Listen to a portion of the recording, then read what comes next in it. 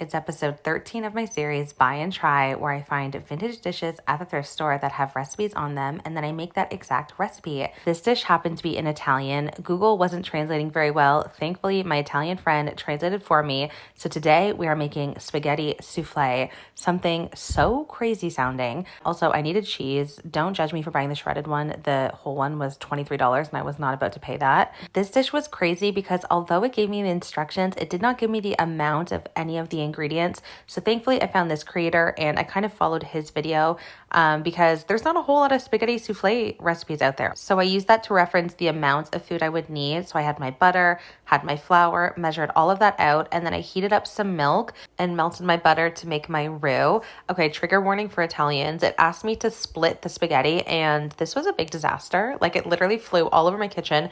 I truly don't know what I was expecting to happen. But you know, live and learn. So in the pot that went and I let that boil. And once my butter had melted, I put in the flour to make my roux.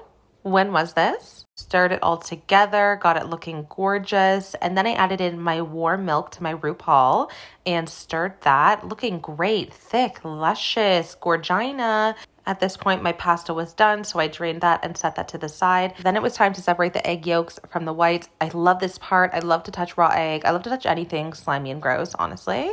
Take me to a swamp and I'll thrive. Separated all of those and then put the yolks in my rid-it-to-do. Gave it a good stir. It was nice and smooth. And then I added in my cheese. I just guessed on the cheese how much to add. So I added in Parmesan and then I also added in the mozzarella. I realized afterwards it asked for cooked ham, but I'd already bought the prosciutto, so I didn't want to waste that. So I just gave that a quick little chop. I could have added more, but I wasn't sure if I was going to like this. And I didn't want to waste all this beautiful meat on something I didn't like. So I added in the nutmeg and the meat and mixed everything up. Lots of mixing. I'm just a DJ. I added everything into this casserole dish because I don't have a souffle dish. I have never made a souffle before in my life. So then I put the egg whites in a glass bowl and whipped them up, whipped them till I had some sharp peaks. And then little by little, I added that into the spaghetti mix and just lightly stirred everything together. I also switched to a metal spoon because I guess that's what you're supposed to do with egg whites. I don't know. So I mixed all that up. It was looking, quite fluffy. And then came the part that seemed really strange to me. I don't know. I'm not a baked pasta kind of gal, so I never eat dishes like this. But anyways, I added the spaghetti and folded it in. And I can't lie, it looked pretty good. It was reminding me of carbonara. But I was like, this does not look bad at all. So in the oven, that went for 25 minutes. And that's how it looked.